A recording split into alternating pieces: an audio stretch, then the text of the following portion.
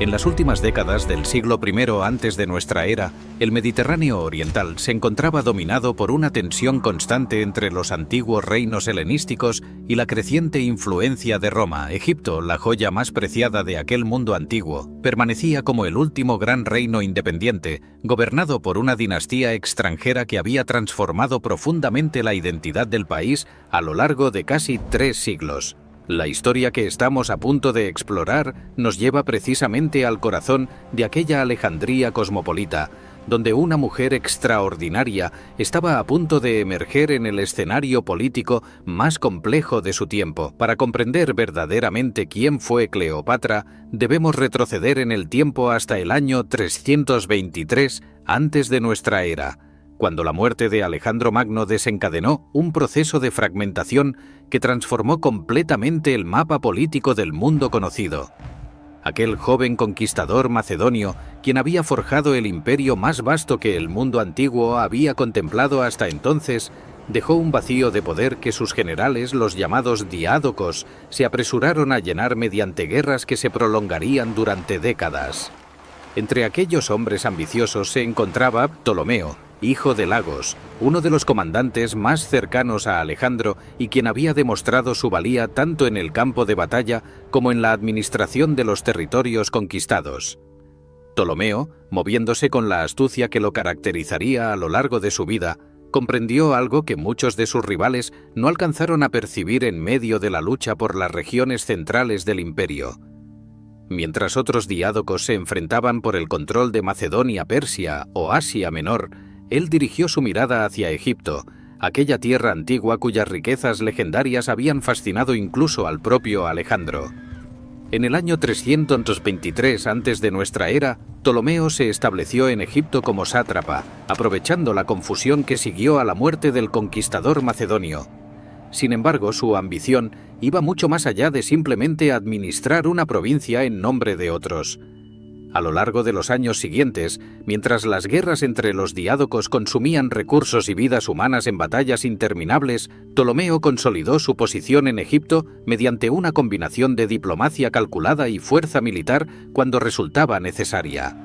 En el año 305 antes de nuestra era, siguiendo el ejemplo de otros generales de Alejandro que ya se habían proclamado reyes en sus territorios respectivos, Ptolomeo dio el paso definitivo y se coronó como Ptolomeo Pesóter, fundando así una dinastía que gobernaría Egipto durante casi 3 siglos. Esta decisión marcó el inicio de la era ptolemaica, un período extraordinario en el que la cultura griega y la tradición egipcia se entrelazarían de maneras complejas y a menudo contradictorias. Los Ptolomeos establecieron su capital en Alejandría, aquella ciudad que Alejandro Magno había fundado en la costa mediterránea de Egipto y que rápidamente se transformó en uno de los centros culturales e intelectuales más importantes del mundo antiguo. Mientras que los faraones tradicionales habían gobernado desde Menfis o Tebas, ciudades profundamente arraigadas en la tradición egipcia milenaria, los nuevos soberanos helenísticos prefirieron aquella metrópolis cosmopolita que miraba tanto hacia el Mediterráneo como hacia el interior del país del Nilo. Alejandría se convirtió en un símbolo del nuevo orden que los ptolomeos intentaban crear, una fusión entre Oriente y Occidente, donde la filosofía griega convivía con los antiguos cultos egipcios y donde eruditos de todo el mundo conocido se reunían en la famosa biblioteca para debatir, estudiar y preservar el conocimiento humano. A lo largo de las generaciones, los ptolomeos desarrollaron un sistema de gobierno peculiar que intentaba equilibrar su identidad griega con la necesidad de legitimarse ante la población egipcia nativa.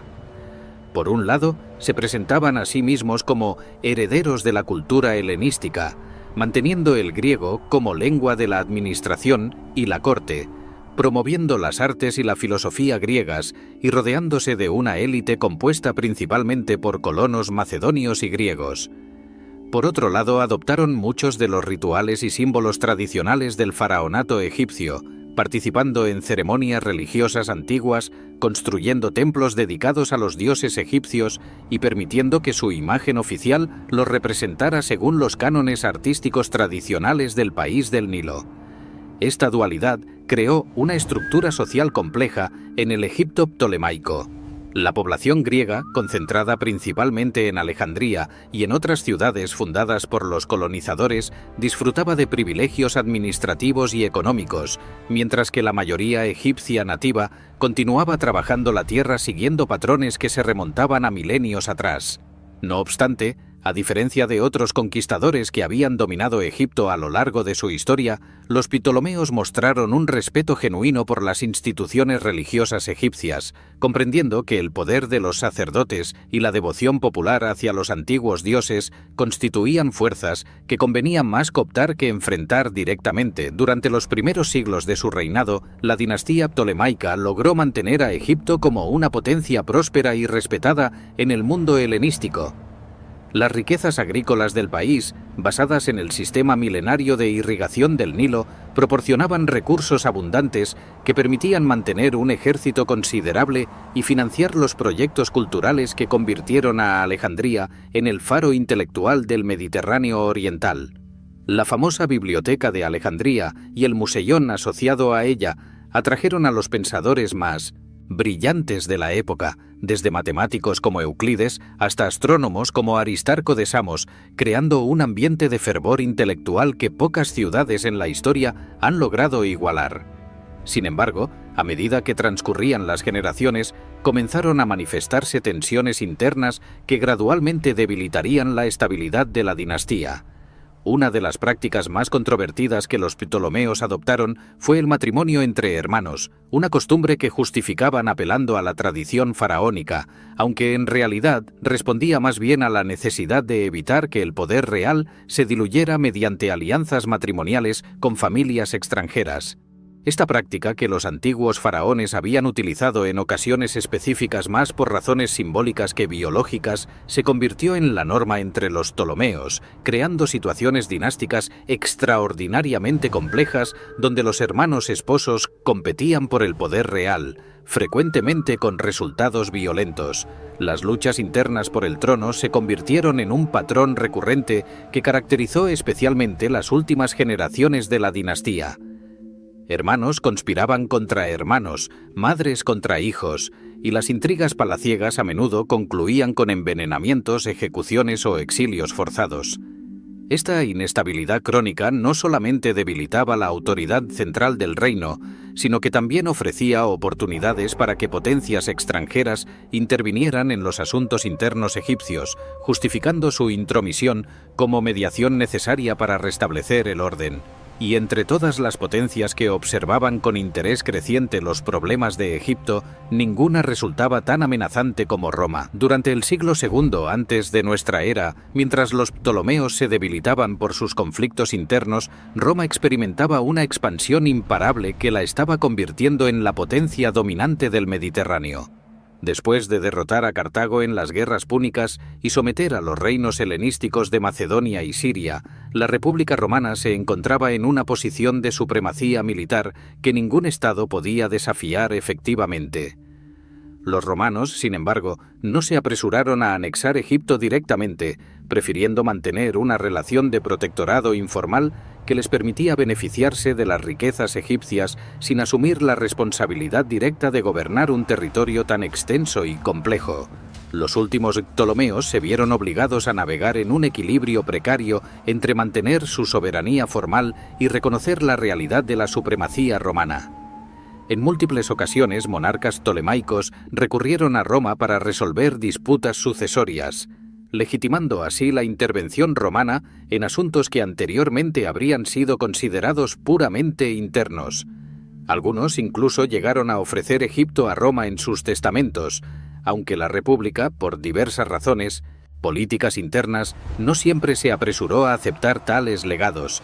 Esta dependencia creciente de Roma transformó gradualmente al reino ptolemaico en un estado cliente, formalmente independiente pero crecientemente subordinado a los intereses de la potencia italiana. En este contexto de decadencia dinástica y presión externa, nació Cleopatra VII Filopator en el año 69 antes de nuestra era. Su padre, Ptolomeo Dodo, Auletes, conocido por su afición a tocar la flauta y por su necesidad constante de buscar el apoyo romano para mantener su trono, representaba perfectamente las contradicciones de su tiempo. Auletes había llegado al poder tras una serie de conflictos familiares típicos de la época, y desde el inicio de su reinado enfrentó desafíos constantes, tanto internos como externos. La población alejandrina, cada vez más impaciente con monarcas que parecían más preocupados por complacer a Roma que por defender los intereses egipcios, se mostró hostil hacia él en múltiples ocasiones. Cleopatra creció en el Palacio Real de Alejandría, observando de primera mano las maniobras políticas que su padre debía ejecutar para mantenerse en el poder. Presenció cómo Auletes viajaba a Roma en busca de apoyo, cómo sobornaba a políticos romanos con sumas astronómicas que agotaban el tesoro real, y cómo finalmente necesitó la intervención militar romana para recuperar su trono tras haber sido expulsado temporalmente por una revuelta. Estas experiencias tempranas le enseñaron lecciones fundamentales sobre la naturaleza del poder en su época. La fuerza militar romana era el factor decisivo en la región, y cualquier gobernante que aspirara a mantener su posición debía comprender cómo relacionarse con aquella potencia de manera efectiva. Sin embargo, Cleopatra desarrolló cualidades que la distinguirían radicalmente de sus predecesores inmediatos. Mientras que los Ptolomeos habían gobernado Egipto durante casi 3 siglos sin que ninguno de ellos se molestara en aprender la lengua egipcia, considerando suficiente el griego para comunicarse con su élite administrativa, Cleopatra rompió con esta tradición de manera deliberada.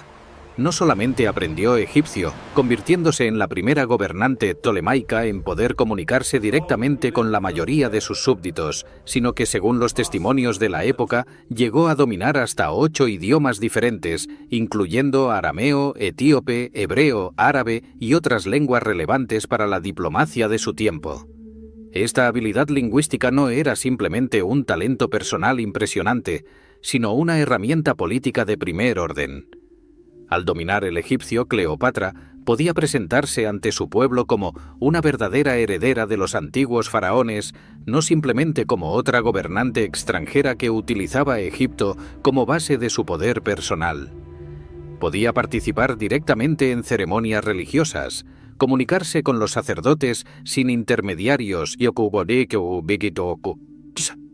comprender las aspiraciones y preocupaciones de la población nativa de una manera que sus predecesores nunca habían intentado. Esta conexión con la tradición egipcia se convertiría en uno de los pilares de su legitimidad y le proporcionaría un apoyo popular que resultaría crucial en los años difíciles que se avecinaban. Además de sus habilidades lingüísticas, Cleopatra recibió una educación excepcionalmente completa según los estándares de la época. En el ambiente intelectual de Alejandría, donde la biblioteca continuaba siendo un centro de conocimiento a pesar de los problemas políticos del reino, tuvo acceso a las obras de los grandes filósofos, historiadores y científicos griegos. Estudió retórica, matemáticas, filosofía, astronomía y otras disciplinas que formaban parte del currículum educativo helenístico para las élites. Los testimonios contemporáneos sugieren que poseía una inteligencia aguda y una capacidad de argumentación que impresionaba incluso a los romanos, quienes normalmente mostraban poco respeto por los monarcas orientales. Cuando Ptolomeo XII, Auletes, falleció en el año 51 antes de nuestra era, dejó un testamento que reflejaba tanto las tradiciones ptolemaicas como la realidad política de su tiempo. Según sus disposiciones, Cleopatra, que entonces contaba aproximadamente 18 años, debía gobernar conjuntamente con su hermano menor, Ptolomeo XIII, quien apenas tenía 10 años. El matrimonio entre ambos hermanos, siguiendo la costumbre dinástica, convertiría formalmente a Cleopatra en esposa de su hermano, aunque dada la diferencia de edad, resultaba evidente que ella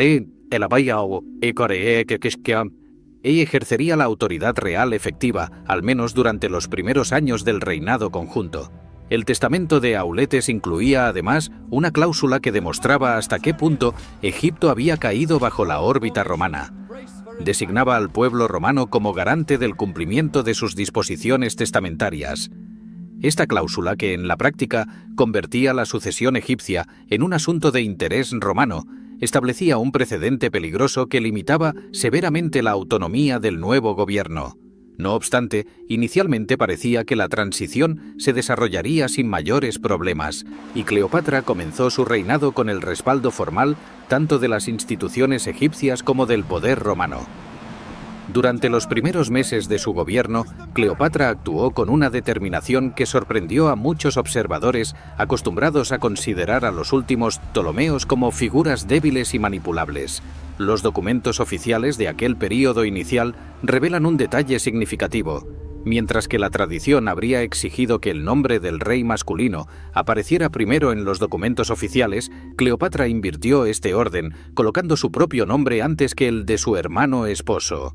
Este acto aparentemente menor constituía en realidad una declaración política audaz que indicaba su intención de ejercer el poder real de manera efectiva, sin limitarse al papel subordinado que tradicionalmente se asignaba a las reinas consortes. Sin embargo, la juventud de Cleopatra y su determinación de gobernar de manera independiente pronto generaron conflictos con la corte alejandrina, donde un grupo de asesores ambiciosos que rodeaban al joven Ptolomeo XIII veían en la situación una oportunidad para ejercer el poder real a través del faraón niño. Entre estos cortesanos destacaban figuras como el eunuco Potino, quien administraba las finanzas reales, el general Aquilas, comandante del ejército egipcio, y Teodotos de Quíos, un retórico que actuaba como tutor del joven Ptolomeo. Estos hombres, conscientes de que una Cleopatra fuerte e independiente limitaría su propia influencia, comenzaron a trabajar sistemáticamente para minar su posición y promover la autoridad de Ptolomeo XIII.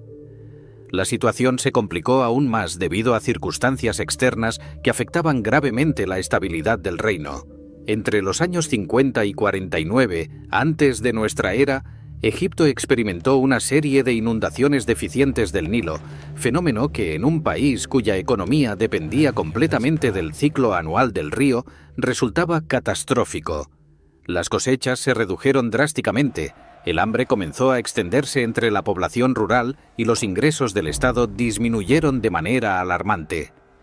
Esta crisis económica no solamente generaba sufrimiento generalizado, sino que también debilitaba la autoridad del gobierno, ya que la población tendía a interpretar las malas inundaciones como señales del descontento divino con sus gobernantes. Aprovechando este contexto de dificultades, la facción cortesana que apoyaba a Ptolomeo XIII intensificó su campaña contra Cleopatra. Comenzaron a circular rumores que la culpabilizaban por los problemas del reino, argumentando que su comportamiento poco tradicional y su ambición desmedida habían ofendido a los dioses. Estos ataques, cuidadosamente orquestados, buscaban erosionar el apoyo popular que Cleopatra había cultivado mediante su identificación con la tradición egipcia.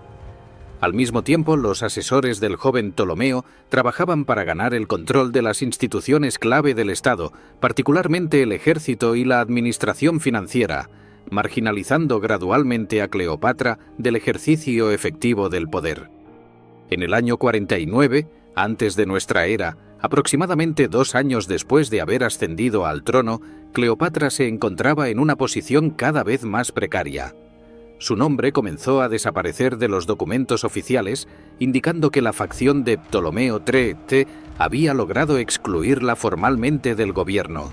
Enfrentada a la posibilidad de un destino violento, como tantos otros miembros de su familia habían experimentado en las luchas dinásticas anteriores, Cleopatra tomó la decisión de abandonar Alejandría y buscar refugio en las regiones orientales de Egipto más cercanas a Siria. Esta retirada estratégica le permitiría reorganizarse, reunir apoyos y planear su contraataque. Desde su exilio, Cleopatra no permaneció pasiva esperando que la situación cambiara por sí misma. Con notable energía y determinación, comenzó a reclutar un ejército propio, apelando tanto a mercenarios como a elementos descontentos dentro del propio Egipto que veían en ella una alternativa más legítima que el gobierno títere ejercido en nombre de su hermano. Las fuentes antiguas sugieren que logró reunir fuerzas considerables, preparándose para una confrontación militar que parecía inevitable. Hacia finales del año 48, antes de nuestra era, Egipto se encontraba al borde de una guerra civil abierta entre los 2 hermanos esposos, cada uno reclamando ser el legítimo gobernante del país. Mientras tanto, acontecimientos de enorme trascendencia se desarrollaban en el mundo romano, eventos que pronto transformarían completamente la situación egipcia. La República Romana, aquella potencia que había parecido invencible en su expansión mediterránea, estaba desgarrándose en una guerra civil que enfrentaba a dos de sus figuras más prominentes, Cayo Julio César y Cneo Pompeyo Magno. Esta guerra civil romana, que había comenzado cuando César cruzó el río Rubicón en el año 49, antes de nuestra era, desafiando la autoridad del Senado, se había convertido en un conflicto que abarcaba todo el Mediterráneo y que determinaría el futuro político no solamente de Roma, sino de todos los territorios bajo su influencia. Pompeyo, quien había sido uno de los hombres más poderosos de Roma y había mantenido relaciones cercanas con la dinastía ptolemaica, especialmente con el padre de Cleopatra, había sido derrotado por César en la batalla de Farsalia, en Grecia, en el año 48 antes de nuestra era.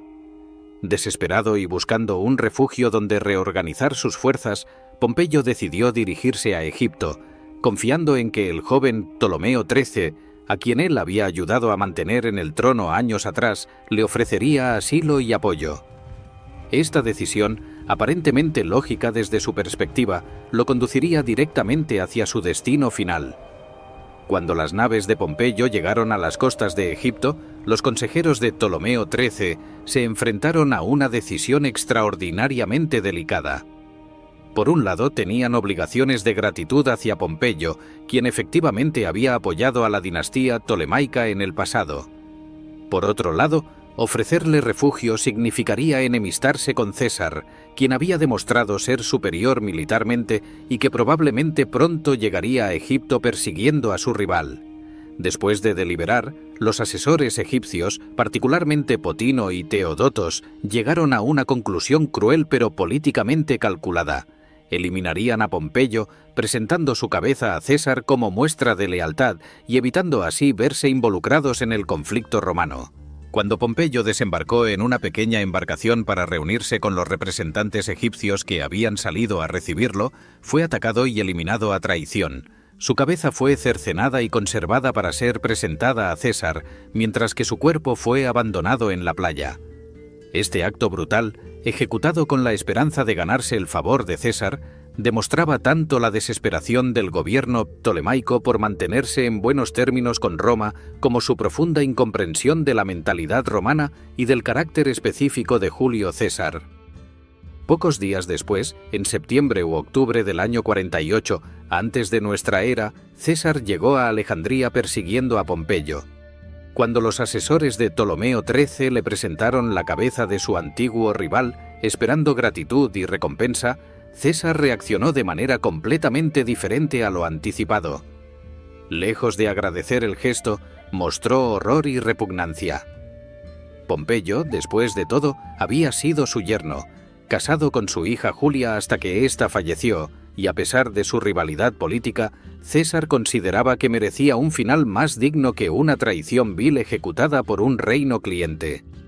Esta reacción inicial estableció una relación tensa entre César y el gobierno ptolemaico desde el primer momento. César, sin embargo, tenía sus propias razones para permanecer en Egipto más allá de simplemente perseguir a Pompeyo. La guerra civil romana le había costado enormes recursos, y Egipto, con sus legendarias riquezas, representaba una fuente potencial de financiamiento para continuar consolidando su posición en Roma. Además, el testamento de Ptolomeo XII, que designaba al pueblo romano como garante de la sucesión, le proporcionaba una justificación legal para intervenir en los asuntos dinásticos egipcios. Aprovechando esta situación, César decidió establecerse en el Palacio Real de Alejandría y actuar como árbitro en la disputa entre Cleopatra y Ptolomeo XIII. Esta decisión de César de intervenir directamente en la política interna egipcia generó inmediatamente tensiones con el gobierno de Ptolomeo XIII.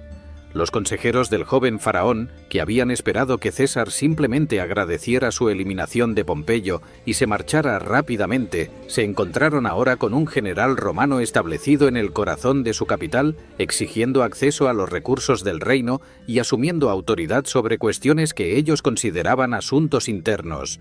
La población alejandrina, tradicionalmente orgullosa y hostil a la interferencia extranjera, comenzó a mostrarse inquieta ante la presencia de las legiones romanas en su ciudad. Mientras tanto, Cleopatra, que se encontraba en las regiones orientales de Egipto con su ejército, comprendió rápidamente que la llegada de César representaba una oportunidad extraordinaria que debía aprovechar de manera inmediata. Si lograba ganarse el apoyo del general romano, podría no solamente recuperar su posición en el trono, sino establecer una ventaja decisiva sobre su hermano. Sin embargo, enfrentaba un problema práctico considerable. Alejandría estaba controlada por las fuerzas de Ptolomeo XIII, y cualquier intento de entrar en la ciudad de manera abierta resultaría peligroso, ya que sus enemigos probablemente intentarían capturarla o eliminarla antes de que pudiera llegar hasta César. Fue en este contexto que se produjo uno de los episodios más famosos de toda la vida de Cleopatra, un momento que ha capturado la imaginación de generaciones posteriores y que demuestra tanto su audacia como su comprensión de la psicología humana. Según las fuentes antiguas, particularmente Plutarco, Cleopatra decidió infiltrarse en el palacio real donde César se hospedaba, aprovechando la oscuridad de la noche. El método exacto varía según las diferentes versiones. Algunas hablan de un saco de tela, otras de una alfombra o tapete enrollado. Lo esencial, más allá de los detalles específicos, es que Cleopatra se hizo transportar hasta la presencia de César de una manera que evitara ser detectada por los guardias de su hermano. Este encuentro inicial entre César y Cleopatra ha sido objeto de innumerables interpretaciones a lo largo de la historia. Las fuentes antiguas, escritas principalmente por autores romanos con sus propios sesgos, tienden a enfatizar el aspecto seductor de la presentación de Cleopatra, sugiriendo que utilizó su encanto femenino para manipular al general romano. Sin embargo, una lectura más cuidadosa de los eventos sugiere una realidad más compleja y matizada. Cleopatra, quien contaba entonces 22 años, no era simplemente una mujer joven intentando seducir a un hombre mayor y poderoso, sino una política astuta que comprendía perfectamente qué argumentos resultarían más persuasivos para César. César, por su parte, tenía 52 años en aquel momento y era un veterano experimentado tanto en asuntos militares como políticos. Había conocido a innumerables gobernantes, había navegado las traicioneras aguas de la política romana y había demostrado repetidamente su capacidad para evaluar situaciones complejas y tomar decisiones calculadas. Lo que probablemente impresionó a César no fue simplemente la apariencia física de Cleopatra, aunque las fuentes sugieren que poseía un encanto considerable, sino su inteligencia evidente, su dominio de múltiples idiomas incluyendo un latín fluido y su comprensión sofisticada de la política mediterránea. Durante los días siguientes a aquel encuentro inicial, César tuvo la oportunidad de evaluar tanto a Cleopatra como a Ptolomeo XIII y sus consejeros. El contraste debió resultarle notable. Por un lado, una mujer joven pero evidentemente capaz, educada, elocuente y con una visión clara de cómo gobernar Egipto de manera efectiva. Por otro lado, un niño de 13 años controlado por asesores que habían demostrado su disposición a recurrir al crimen político más brutal, como evidenciaba el destino de Pompeyo. Desde una perspectiva puramente política, apoyar a Cleopatra ofrecía a César la posibilidad de establecer una relación estable con Egipto basada en la gratitud y el interés mutuo, mientras que Ptolomeo XIII y sus consejeros habían demostrado ser poco confiables y potencialmente peligrosos. César convocó formalmente a ambos hermanos para que presentaran sus casos ante él, estableciéndose como árbitro oficial de su disputa. Esta convocatoria enfureció profundamente a los asesores de Ptolomeo XIII, quienes veían correctamente en ella una intromisión romana en asuntos que consideraban internos egipcios. Potino, el eunuco que controlaba las finanzas reales, comenzó a trabajar activamente para minar la posición de César en Alejandría, utilizando su control sobre los recursos del Estado para crear dificultades logísticas para las tropas romanas. Al mismo tiempo, el general Aquilas comenzó a movilizar las fuerzas militares egipcias, preparándose potencialmente para una confrontación directa. La tensión en Alejandría aumentaba día tras día. La población urbana, tradicionalmente volátil y orgullosa de la grandeza de su ciudad, observaba con creciente irritación la presencia romana. Los soldados de César, relativamente pocos en número ya que había llegado a Egipto con una fuerza limitada después de la apresurada persecución de Pompeyo, se encontraban en una posición potencialmente vulnerable en caso de que estallara un conflicto abierto. César, sin embargo, mantenía su posición con la confianza característica que lo había llevado a través de tantas situaciones difíciles a lo largo de su carrera. Finalmente, César anunció su veredicto. Cleopatra y Ptolomeo XIII deberían gobernar conjuntamente según lo establecido en el testamento de su padre, y ambos deberían disolver sus respectivos ejércitos para evitar una guerra civil que solamente debilitaría a Egipto. Esta decisión, aparentemente salomónica, favorecía claramente a Cleopatra en la práctica, ya que la restauraba en una posición de autoridad de la que había sido expulsada y limitaba el poder de los consejeros que habían dominado al joven Ptolomeo. No obstante, César intentó suavizar el golpe para el bando de Ptolomeo mediante una concesión adicional. Chipre, que había sido arrebatada a Egipto por Roma años atrás, sería devuelta al control ptolemaico bajo el gobierno conjunto de los dos hermanos menores de Cleopatra, Arsínoe y Ptolomeo XIV. Esta solución, sin embargo, lejos de resolver el conflicto, desencadenó precisamente la crisis que César había esperado evitar. Los asesores de Ptolomeo XIII, comprendiendo que habían perdido su posición dominante, decidieron recurrir a la fuerza militar. El general Aquilas movilizó el ejército egipcio, que se estimaba en unos 20.000 hombres, y marchó sobre Alejandría. Al mismo tiempo, elementos hostiles a Roma dentro de la ciudad comenzaron a prepararse para un levantamiento. César y Cleopatra se encontraron súbitamente sitiados en el complejo palaciego, rodeados por fuerzas hostiles tanto dentro como fuera de los muros de la ciudad. Así comenzó lo que los historiadores conocen como la Guerra Alejandrina, un conflicto que se prolongaría durante varios meses a finales del año 48 y principios del 47 antes de nuestra era. César, quien había llegado a Egipto con apenas 3.200 hombres y 800 jinetes, se encontraba en una situación militarmente precaria. Estaba separado de sus principales fuerzas por cientos de kilómetros de mar Mediterráneo, sitiado en una ciudad hostil y enfrentando un enemigo numéricamente superior. Sin embargo, César era, ante todo, un comandante militar excepcional que había demostrado su capacidad para convertir situaciones aparentemente desesperadas en victorias brillantes. Las primeras semanas del asedio pusieron a prueba tanto el ingenio militar de César como su capacidad para mantener la moral de sus tropas en circunstancias extraordinariamente difíciles. El complejo palaciego donde se había refugiado junto con Cleopatra incluía afortunadamente una porción del puerto de Alejandría, lo que le permitía mantener comunicaciones marítimas con el exterior y recibir suministros, aunque de manera limitada.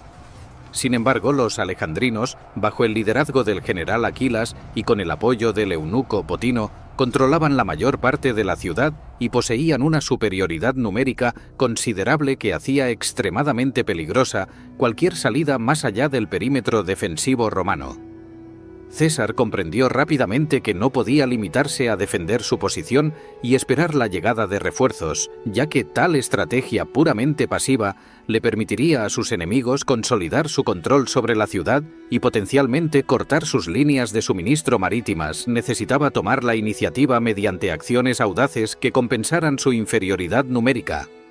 Una de sus primeras decisiones estratégicas fue tomar el control de la isla de Faros, donde se elevaba el famoso Faro de Alejandría, una de las maravillas del mundo antiguo. Esta isla, situada en la entrada del puerto, resultaba crucial para mantener abiertas las rutas marítimas que constituían su único vínculo con el mundo exterior. La operación para capturar Faros demostró una vez más el genio táctico de César. Mediante un ataque coordinado por mar y tierra, sus fuerzas lograron expulsar a los defensores egipcios y establecer una guarnición romana en la isla. Este éxito inicial no solamente aseguró el acceso al puerto, sino que también tuvo un efecto psicológico importante, demostrando a los alejandrinos que César no estaba simplemente acorralado y a la defensiva, sino que mantenía la capacidad de tomar la ofensiva cuando las circunstancias lo requerían. No obstante, la lucha por el control de Faros resultó feroz. y en los combates que siguieron, las fuerzas romanas sufrieron bajas considerables, incluyendo momentos en los que el propio César se vio en peligro directo.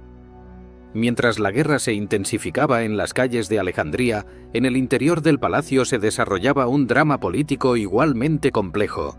Cleopatra, quien había recuperado su posición como cogobernante formal de Egipto gracias al apoyo de César, se encontraba ahora en una situación paradójica.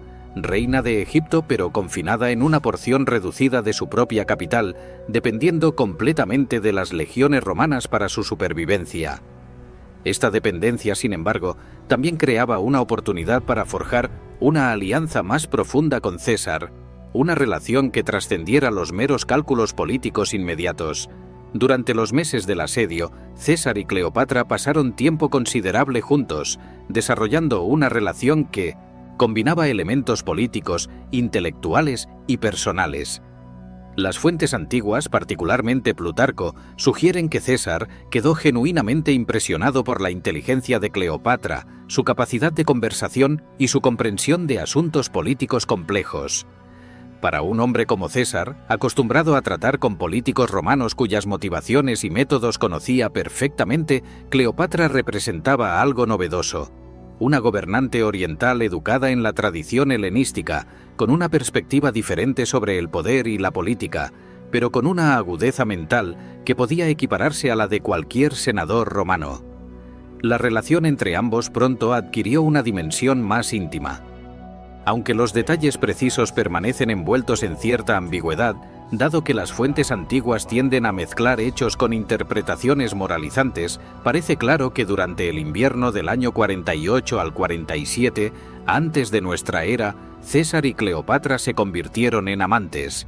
Esta relación ha sido objeto de innumerables interpretaciones a lo largo de la historia, con algunos autores presentándola como una pasión genuina que trascendía los cálculos políticos, mientras que otros la ven como una alianza puramente estratégica, donde ambas partes utilizaban el romanticismo como herramienta para asegurar sus objetivos respectivos. La realidad, como suele ocurrir en asuntos humanos complejos, probablemente incluía elementos de ambas interpretaciones. César, quien tenía 52 años y había estado casado múltiples veces, había demostrado a lo largo de su vida una capacidad considerable para combinar sus relaciones personales con ventajas políticas. Su matrimonio con Cornelia había consolidado sus conexiones con la facción popular romana, su breve unión con Pompeya había fortalecido su posición en la política romana, y su matrimonio con Calpurnia había proporcionado alianzas valiosas. No resultaría sorprendente que su relación con Cleopatra, aunque probablemente incluía afecto genuino, también respondiera a consideraciones estratégicas claras.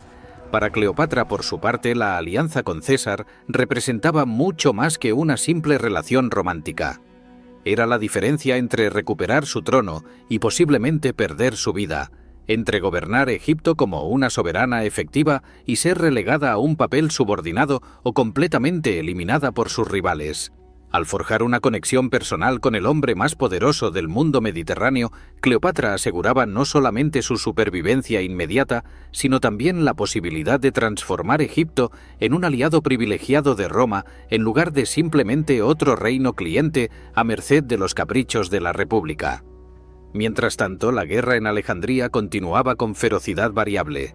Los combates urbanos, característica poco común en las guerras antiguas que generalmente se decidían en batallas campales, creaban una situación extraordinariamente compleja donde la superioridad numérica egipcia se veía parcialmente neutralizada por la experiencia militar romana y el genio táctico de César.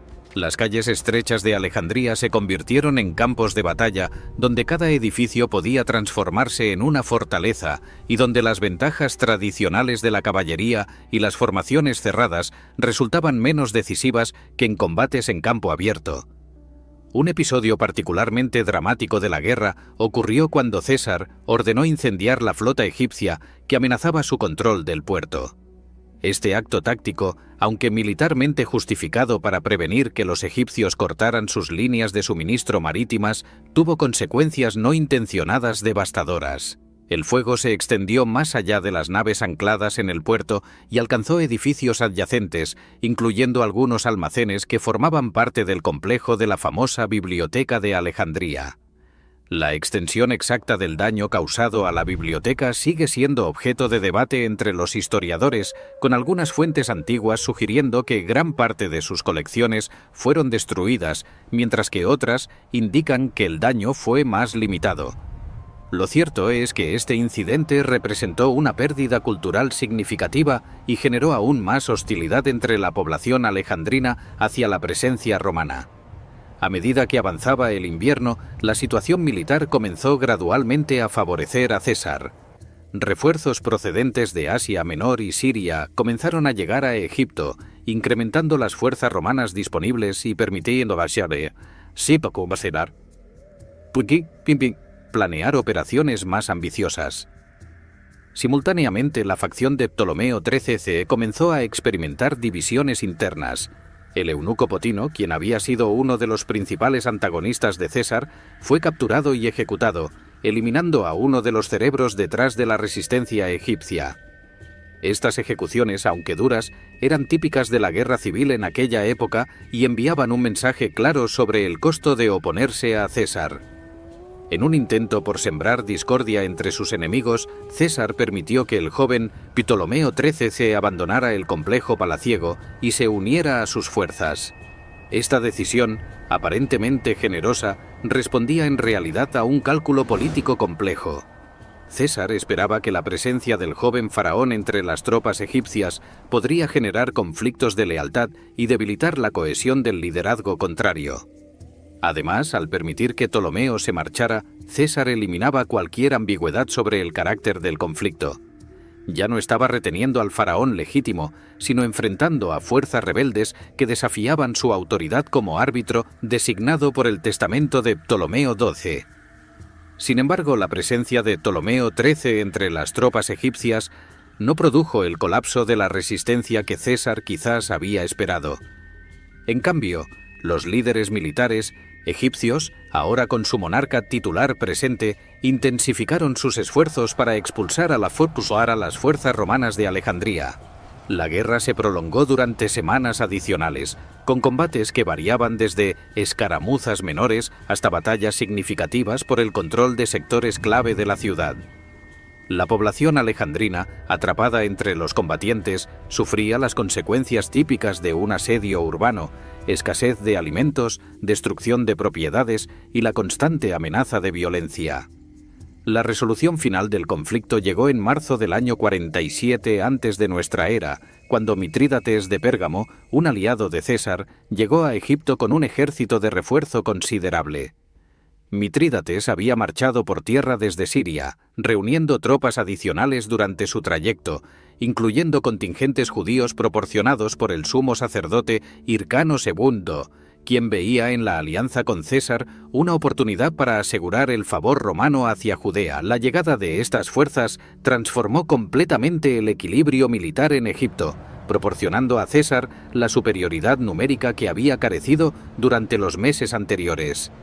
Ptolomeo XIII y el general Aquilas marcharon con su ejército hacia el este para interceptar a Mitrídates antes de que pudiera unirse con César. Esta decisión, aunque tácticamente comprensible, resultó fatal para la causa ptolemaica. César, liberado del asedio en Alejandría gracias a la llegada de refuerzos navales adicionales, marchó rápidamente para unirse con Mitrídates. Las fuerzas combinadas romanas enfrentaron al ejército de Ptolomeo XIII en una batalla decisiva en el delta del Nilo, cerca de un lugar que las fuentes identifican como el campamento fortificado de los egipcios. La batalla resultó en una victoria completa para César. Las tropas egipcias, a pesar de su número considerable y su determinación de defender su país contra la invasión extranjera, no pudieron hacer frente a la experiencia militar superior de las legiones romanas y sus aliados. El ejército de Ptolomeo XIII fue destrozado, y en la confusión de la derrota, el joven faraón intentó escapar cruzando el Nilo. Las fuentes antiguas relatan que su embarcación, sobrecargada con fugitivos desesperados, se hundió y Ptolomeo XIII pereció ahogado en las aguas del río sagrado de Egipto. Tenía apenas 15 años en el momento de su muerte, habiendo reinado formalmente durante aproximadamente 4 años, aunque la mayor parte de ese tiempo había estado bajo el control de sus asesores o en guerra contra su hermana. Con la eliminación de Ptolomeo XIII y la destrucción de las fuerzas que se le oponían, César se convirtió en el árbitro indiscutible del destino de Egipto.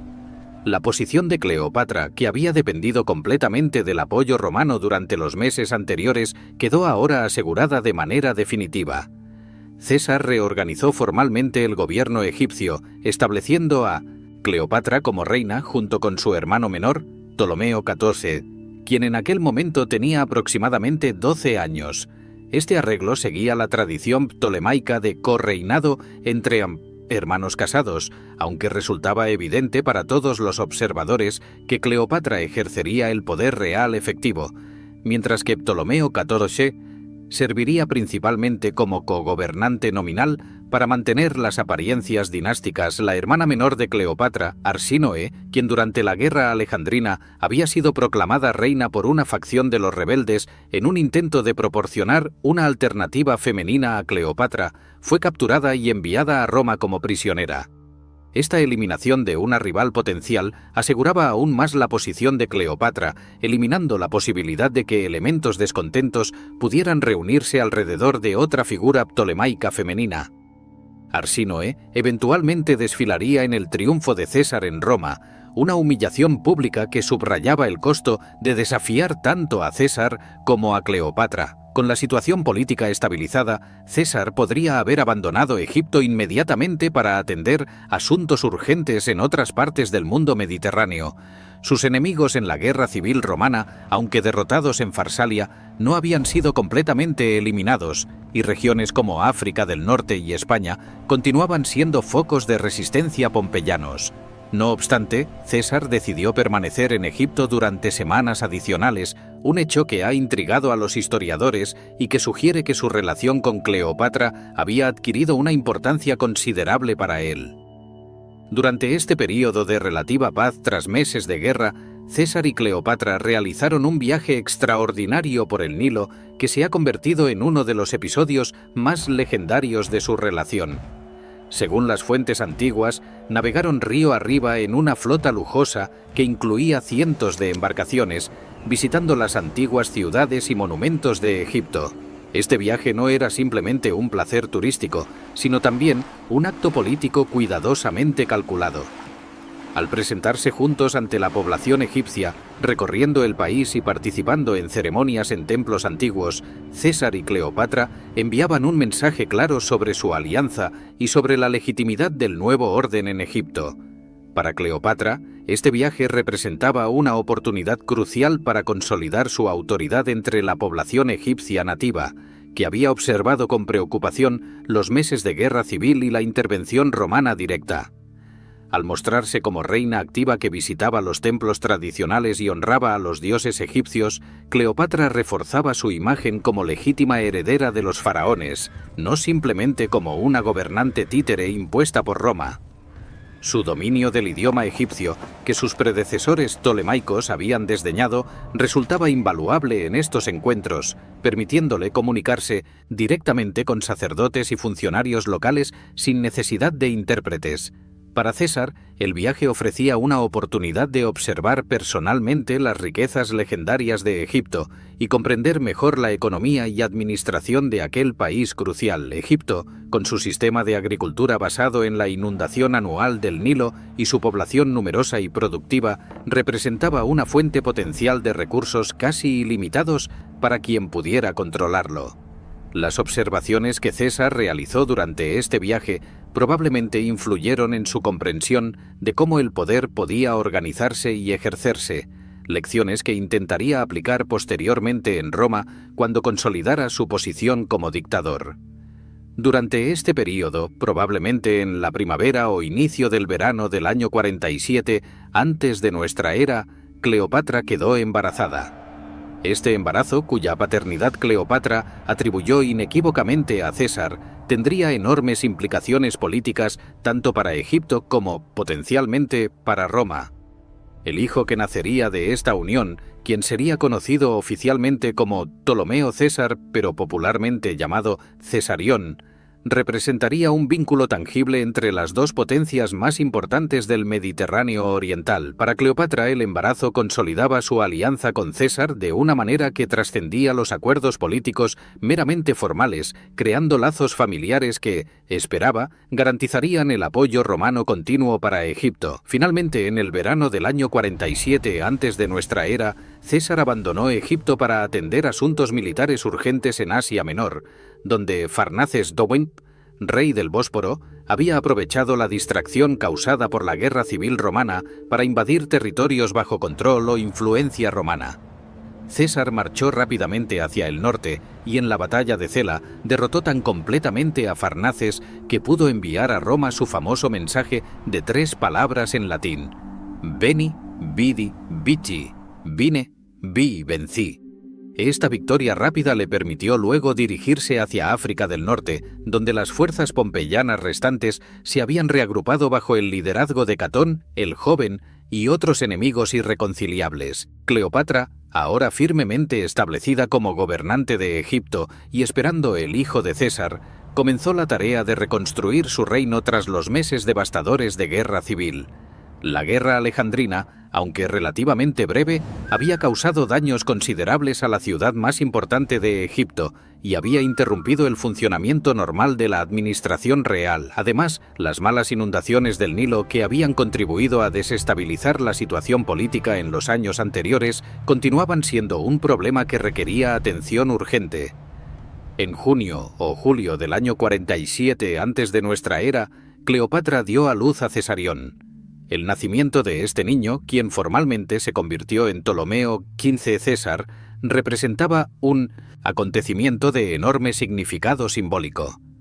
Por primera vez en la historia de la dinastía ptolemaica, un heredero al trono egipcio podía reclamar ascendencia tanto ptolemaica como romana, vinculando las dos potencias más importantes del mundo mediterráneo oriental a través de lazos de sangre. Cleopatra presentó al niño como heredero legítimo tanto de Egipto como, potencialmente, del poder de César en Roma, una reclamación extraordinariamente audaz que anticipaba desarrollos políticos que aún no se habían materializado. Sin embargo, la paternidad de Cesarión y las implicaciones legales de su nacimiento eran temas complejos y políticamente delicados. En Roma, César estaba casado con Calpurnia, y aunque las relaciones extramaritales eran relativamente comunes entre los aristócratas romanos, el reconocimiento formal de hijos nacidos fuera del matrimonio legal presentaba complicaciones legales y políticas. César nunca reconoció oficialmente a Cesarión como su hijo en un sentido legal romano, aunque tampoco negó la paternidad. Esta ambigüedad deliberada permitía a César mantener sus opciones abiertas mientras evitaba ofender tanto a Cleopatra como a la sensibilidad política romana. Durante los años siguientes, mientras César consolidaba su poder en Roma mediante victorias sucesivas sobre los restos de la facción pompeyana en África del Norte y España, Cleopatra gobernó Egipto de manera cada vez más independiente. Aunque formalmente compartía el trono con su hermano esposo Ptolomeo XIV, en la práctica ejercía el poder de manera autónoma, tomando decisiones sobre política interna y externa sin consultar significativamente con su cogobernante nominal. Los documentos oficiales del período muestran su nombre prominentemente y las representaciones artísticas la presentan como la figura dominante del gobierno egipcio. En el año 46 antes de nuestra era, César invitó a Cleopatra a visitarlo en Roma, una invitación que la reina egipcia aceptó, viajando a la capital del mundo mediterráneo junto con Cesarión, su hermano esposo Ptolomeo XIV, y una comitiva considerable. Esta visita a Roma, que se prolongaría durante más de un año, tendría importantes consecuencias tanto para la relación entre César y Cleopatra como para la percepción romana de la reina egipcia. César instaló a Cleopatra en una de sus propiedades al otro lado del Tíber, proporcionándole alojamiento digno de su estatus, pero evitando el escándalo político que habría resultado de hospedarla en el centro de Roma. La presencia de Cleopatra en Roma generó reacciones mixtas entre la aristocracia romana. Por un lado, su inteligencia, educación y sofisticación impresionaron a muchos observadores, quienes reconocían que representaba un tipo de gobernante oriental muy diferente a los estereotipos romanos sobre la supuesta degeneración de los reinos helenísticos.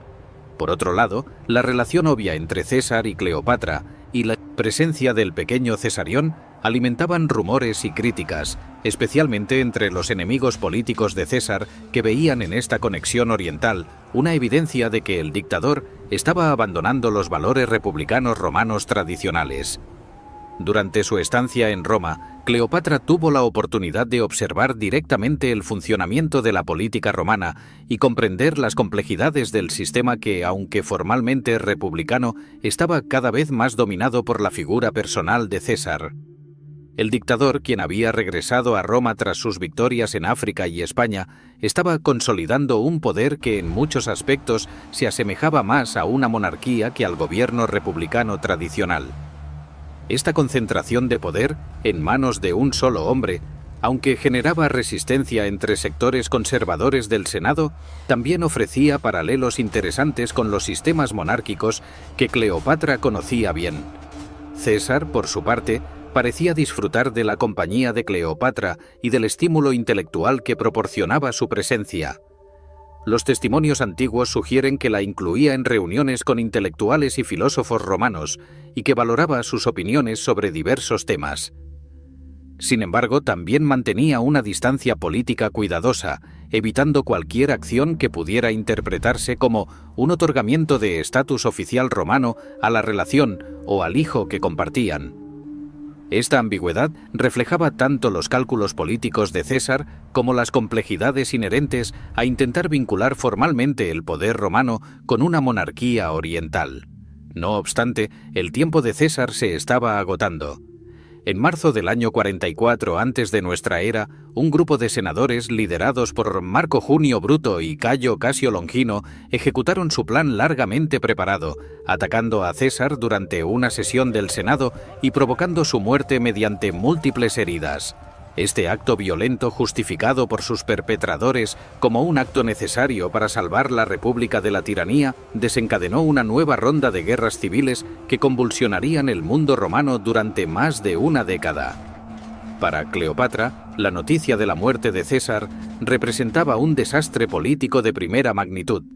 Su protector más poderoso había desaparecido súbitamente y la situación en Roma se hundía en el caos y la incertidumbre. Comprendiendo que su posición en la ciudad se había vuelto insostenible y potencialmente peligrosa, Cleopatra abandonó Roma rápidamente y regresó a Egipto, llevando consigo a Cesarión y su comitiva. El viaje de regreso debió estar cargado de ansiedad, ya que la eliminación de César no solamente la privaba de su aliado principal, sino que también ponía en duda toda la estructura de poder que había permitido a Egipto mantener su independencia formal bajo su gobierno. Al llegar a Alejandría, Cleopatra se enfrentó a la necesidad de recalibrar completamente su estrategia política. El mundo romano estaba dividido entre quienes apoyaban a los asesinos de César, presentándose como defensores de la República, y quienes buscaban vengar su muerte y heredar su poder. Entre estos últimos destacaban dos figuras: Marco Antonio, uno de los generales más leales a César y quien había sido su magister equitum, y Cayo Octavio, el sobrino nieto de César, a quien el dictador había adoptado en su testamento, convirtiéndolo en su heredero legal. Poco después de su regreso a Egipto, Ptolomeo XIV falleció en circunstancias que las fuentes antiguas describen vagamente, pero que generaron sospechas inmediatas. Algunos historiadores antiguos, particularmente aquellos hostiles a Cleopatra, insinuaron que la reina había ordenado eliminar a su hermano esposo para tener las manos libres en el ejercicio del poder. Aunque no existen evidencias definitivas que confirmen tales acusaciones, el momento de la muerte de Ptolomeo XIV resultaba indudablemente conveniente para Cleopatra. Tras su fallecimiento, ella elevó a Cesarión, quien apenas contaba 3 años, al estatus de cogobernante formal, presentándolo como Ptolomeo V de César y enfatizando así su conexión con el difunto dictador romano. Durante los años siguientes, entre el 44 y el 41 antes de nuestra era, Cleopatra observó cuidadosamente los desarrollos en el mundo romano mientras trabajaba para mantener la estabilidad en Egipto. La situación romana era extraordinariamente compleja. Marco Antonio, Octavio y Marco Emilio Lépido formaron el Segundo Triunvirato, una alianza oficial que les otorgaba poderes extraordinarios para reorganizar la República. Juntos, derrotaron a los asesinos de César en la batalla de Filipos en el año 42 antes de nuestra era, vengando así la muerte del dictador y eliminando la facción republicana como fuerza militar significativa. Tras Filipos, los triunviros dividieron el mundo romano entre ellos. Octavio tomaría el control de Occidente, Marco Antonio gobernaría Oriente y Lépido recibiría África del Norte. Esta división creaba una situación nueva para Cleopatra, ya que significaba que las relaciones entre Egipto y Roma dependerían principalmente de su capacidad para establecer una relación productiva con Marco Antonio, quien ahora ejercía autoridad sobre todas las provincias orientales romanas y los reinos clientes asociados. Marco Antonio convocó a Cleopatra a reunirse con él en Tarso, ciudad situada en la costa sur de Asia Menor, en el año 41 antes de nuestra era. Esta convocatoria tenía un tono oficial y algo amenazante. Antonio necesitaba evaluar la lealtad de los reyes clientes orientales y asegurar su apoyo para las campañas que planeaba contra el Imperio Parto, el gran rival de Roma en el Oriente. Cleopatra, consciente de que su respuesta a esta convocatoria determinaría el futuro de Egipto, decidió acudir a la reunión, pero de una manera que demostrara su estatus como soberana independiente y no como súbdita temerosa. La escena del encuentro en Tarso, tal como la describen las fuentes antiguas, especialmente Plutarco, se ha convertido en uno de los episodios más famosos de toda la antigüedad. Cleopatra llegó navegando por el río Cidno en una embarcación espectacularmente decorada, con velas púrpuras, remos plateados y una cubierta dorada. Ella misma se presentó reclinada bajo un dosel tejido con hilos de oro, vestida como la diosa Afrodita, rodeada de sirvientes disfrazados como cupidos y gracias. Los perfumes exóticos llenaban el aire y la música acompañaba la procesión acuática. Esta presentación teatral no era simplemente un despliegue de riqueza, sino una declaración política cuidadosamente calculada que comunicaba el mensaje de que Cleopatra era una soberana poderosa que trataba con Marco Antonio como igual, no como subordinada. Marco Antonio, quien entonces tenía 42 años y se encontraba en la cúspide de su poder militar y político, quedó profundamente impresionado. Antonio, a diferencia de César, cuya personalidad se caracterizaba por una frialdad calculadora bajo una fachada de afabilidad, era un hombre de pasiones más evidentes, carismático, generoso y propenso a excesos de todo tipo.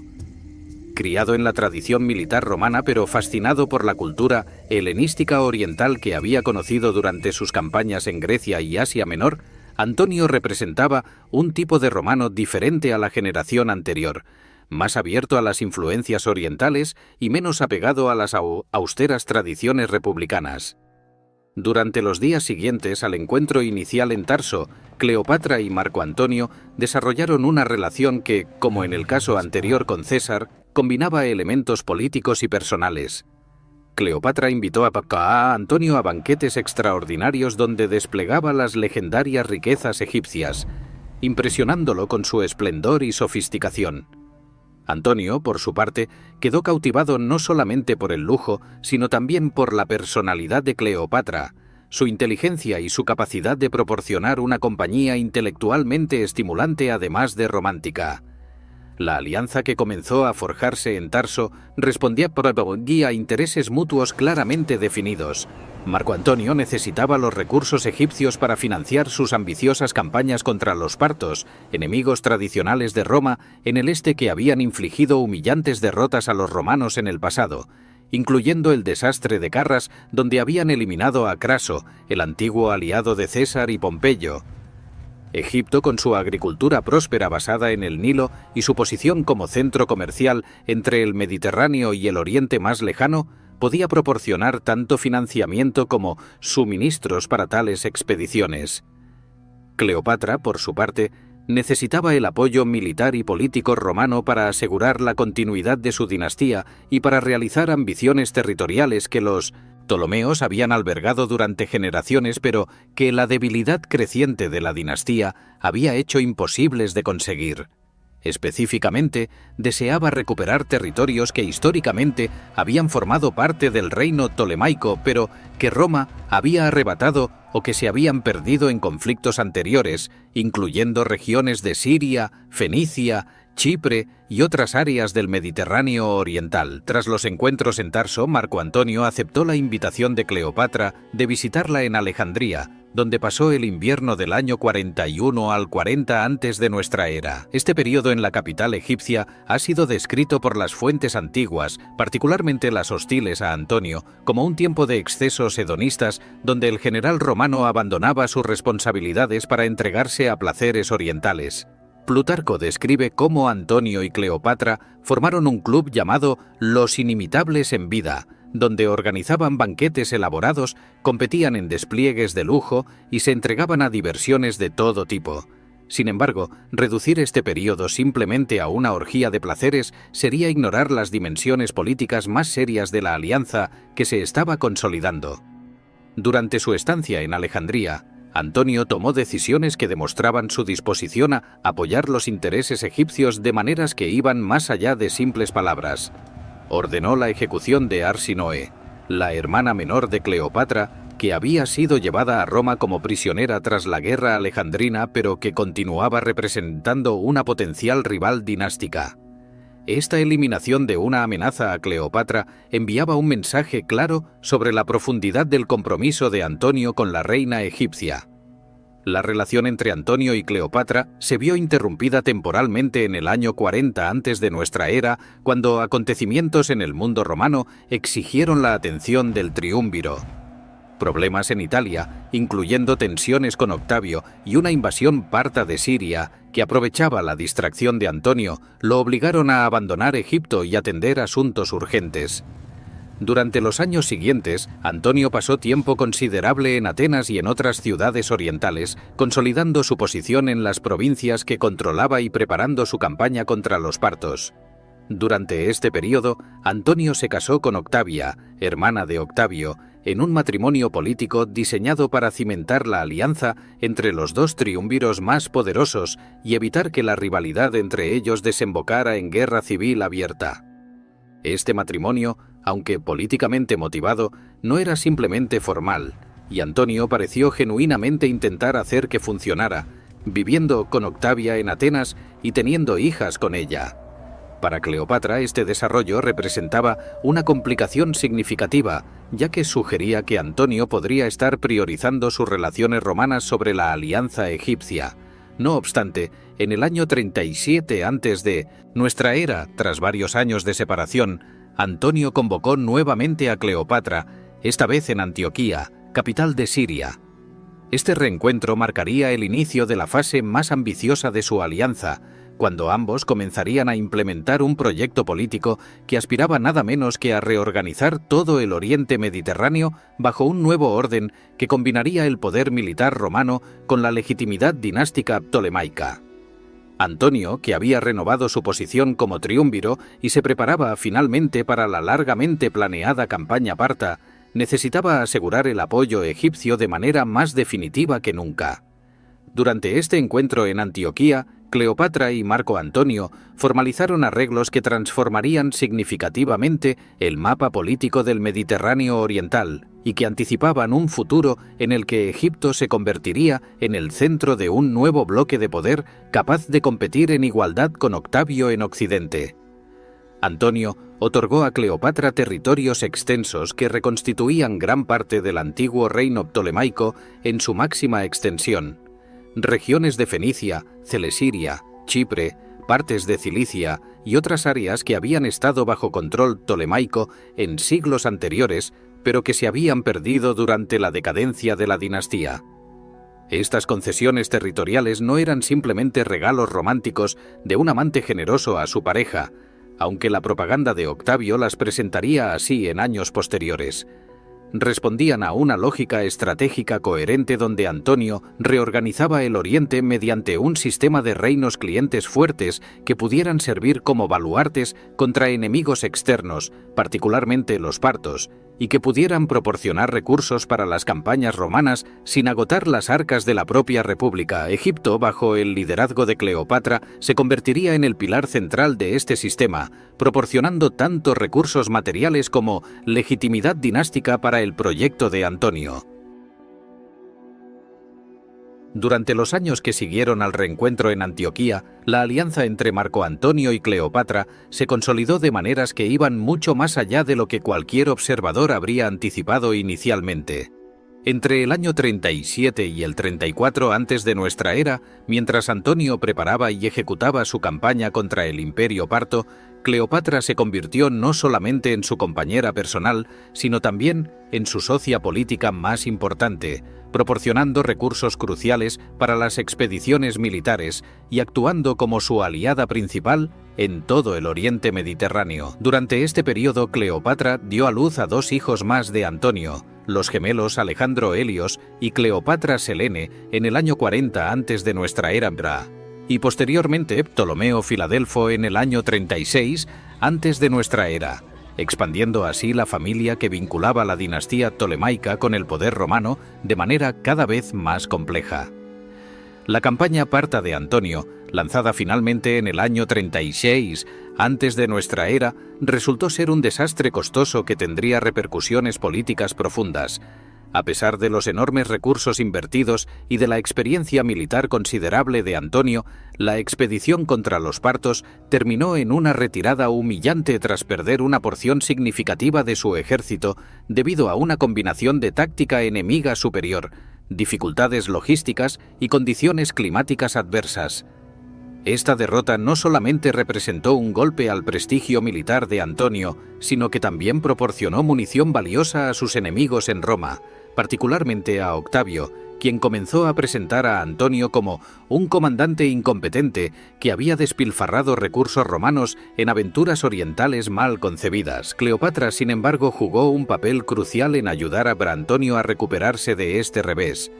Según las fuentes antiguas, ella marchó personalmente para encontrarse con Antonio durante su retirada, proporcionándole suministros, dinero y apoyo moral en un momento de extrema dificultad.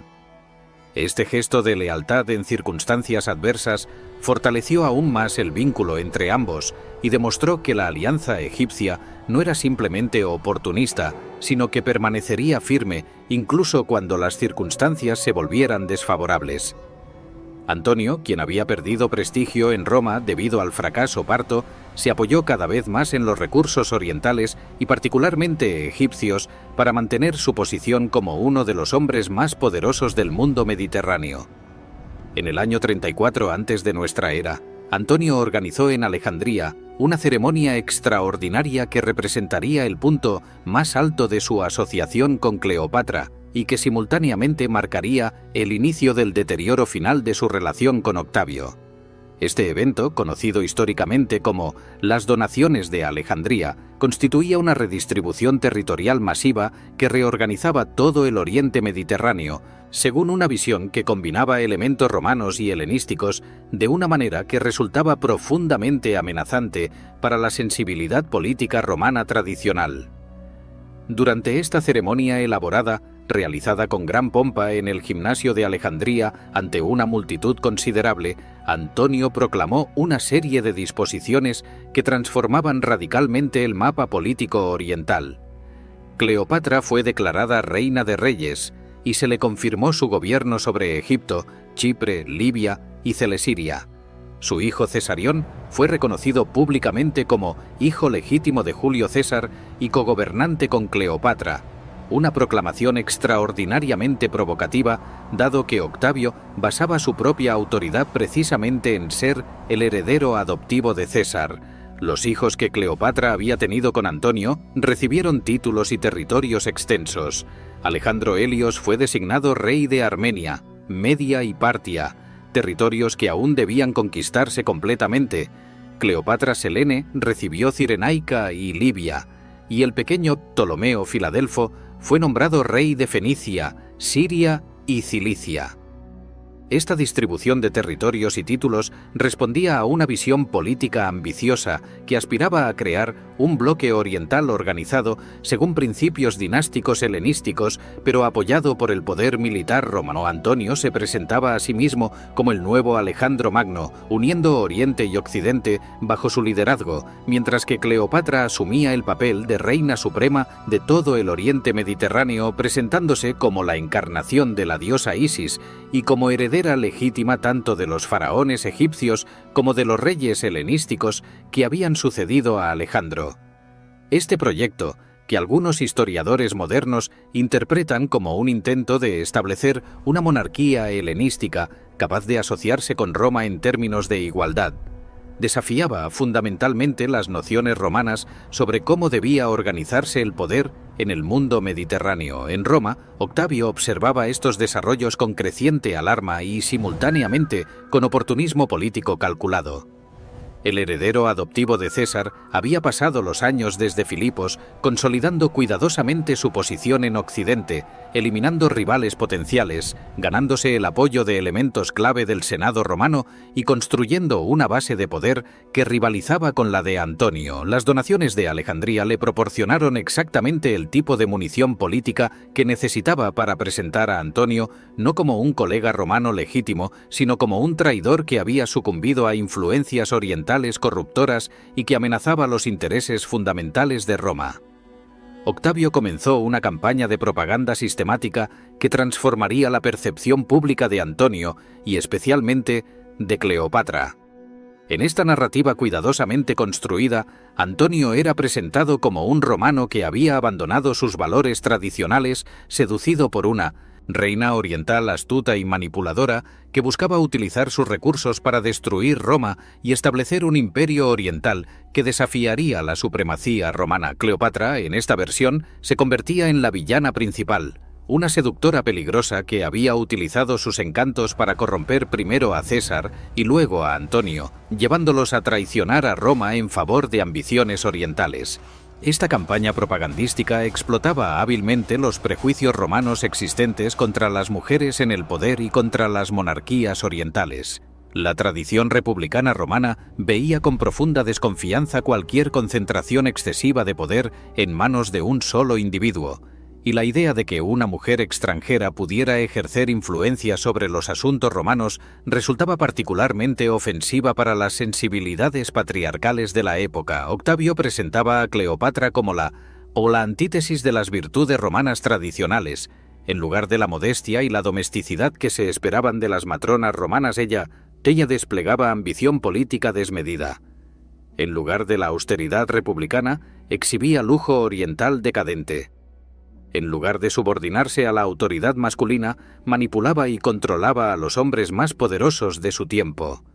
La tensión entre Octavio y Antonio, que había sido contenida durante años mediante acuerdos políticos, y el matrimonio de Antonio con Octavia, finalmente se rompió de manera irreparable. En el año 32, antes de nuestra era, Antonio repudió formalmente a Octavia, enviándola de regreso a Roma y reconociendo públicamente su relación con Cleopatra como su asociación primaria tanto personal como política. Este repudio de la hermana de Octavio no solamente constituía un insulto personal profundo, sino que también eliminaba el vínculo familiar principal que había mantenido unida la alianza entre los dos triunviros más poderosos. Octavio respondió mediante una serie de maniobras políticas calculadas para presentar el conflicto inminente no como otra guerra civil romana, que habría sido impopular después de décadas de conflictos internos devastadores, sino como una guerra extranjera contra una amenaza oriental a la propia Roma. Obtuvo de manera dudosamente legal el testamento de Antonio, que supuestamente estaba depositado en el templo de Vesta, y lo leyó públicamente ante el Senado romano. El contenido del testamento, que incluía disposiciones para que Antonio fuera enterrado en Alejandría junto a Cleopatra incluso si moría en Roma, fue presentado como evidencia definitiva de que Antonio había dejado de ser un verdadero romano y se había convertido en un súbdito oriental de la reina egipcia. En el año 32 antes de nuestra era, el Senado romano, manipulado hábilmente por Octavio, declaró formalmente la guerra no contra Marco Antonio, ciudadano romano y cónsul múltiple, sino contra Cleopatra, presentándola como la verdadera enemiga que amenazaba a Roma.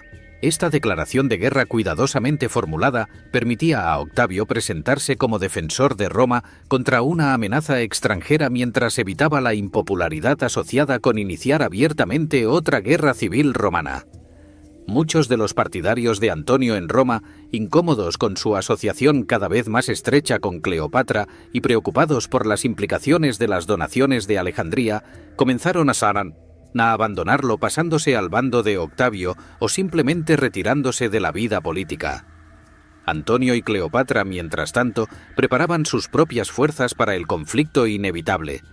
Reunieron un ejército y una flota considerables, aprovechando los recursos combinados de Egipto y los territorios orientales leales a Antonio. Las estimaciones antiguas sobre el tamaño de sus fuerzas varían, pero las fuentes sugieren que reunieron cientos de naves de guerra y legiones de soldados veteranos que habían servido bajo Antonio durante años. Esta concentración de poder militar representaba una amenaza formidable que no podía subestimarse, y durante los meses de preparación, el resultado del conflicto inminente estaba lejos de ser evidente. En el año 31 antes de nuestra era, las fuerzas de Antonio y Cleopatra se concentraron en la costa occidental de Grecia, estableciendo su base principal en el Golfo de Ambracia, cerca del promontorio de Accio. Esta ubicación, aunque proporcionaba un puerto protegido, también resultó ser estratégicamente problemática. Octavio, comandando personalmente las fuerzas occidentales junto con su brillante almirante Marco Vipsanio Agripa, bloqueó las salidas del Golfo y cortó las líneas de suministro terrestres de Antonio, creando una situación de asedio que gradualmente debilitaría a las fuerzas orientales. Durante los meses de verano del año 31 antes de nuestra era, la situación en el campamento de Antonio se deterioró progresivamente. Las enfermedades, probablemente malaria y otras afecciones relacionadas con las condiciones pantanosas de la región, comenzaron a diezmar sus tropas. Los suministros se volvieron cada vez más escasos debido al bloqueo efectivo de Agripa. Peor aún, las deserciones se multiplicaban a medida que soldados y oficiales romanos, desmoralizados por la situación estratégica deteriorada y preocupados por estar luchando bajo el mando de una reina extranjera contra otros romanos, abandonaban a Antonio para unirse a Octavio o simplemente desaparecer. Antonio enfrentaba opciones estratégicas limitadas y ninguna de ellas resultaba atractiva. Podía intentar forzar una batalla terrestre, donde sus legiones veteranas aún mantenían considerable capacidad de combate, pero esto requeriría romper el cerco enemigo en condiciones desfavorables. Alternativamente, podía intentar una ruptura naval para escapar del Golfo de Ambracia y establecer una nueva base de operaciones, aunque esto significaría abandonar a las tropas terrestres que no pudieran ser evacuadas. Permanecer en su posición actual simplemente garantizaba un deterioro continuo hasta que la deserción y la enfermedad hicieran imposible cualquier resistencia efectiva. Después de consultas con Cleopatra y sus comandantes restantes, Antonio decidió intentar una ruptura naval.